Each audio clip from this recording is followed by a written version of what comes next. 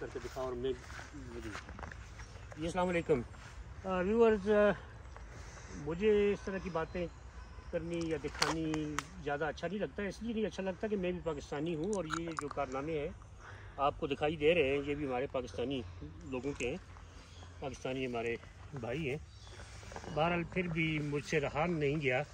इतना खूबसूरत एक तरफ आप ये देख सकते हैं कि कितनी खूबसूरत ये जगह है, पुरसुकून और बड़ी खुशगवार। मतलब यहाँ आकर जो फीलिंग होती है इंसान की, बंदे की, वो अल्फाज में बयान नहीं की जा सकती। और बिल्कुल साथ ही फिर इस तरह की चीज़ें जब आपको नज़र आती हैं तो इंतहाई दुख होता है। अब मेरे लिए खैर मुमकिन नहीं है, मेरे पास कोई ऐसी चीज़ नहीं है कि मैं ये सारा कचरा उठा के कहीं डिस्पोज ऑफ कर सकूं,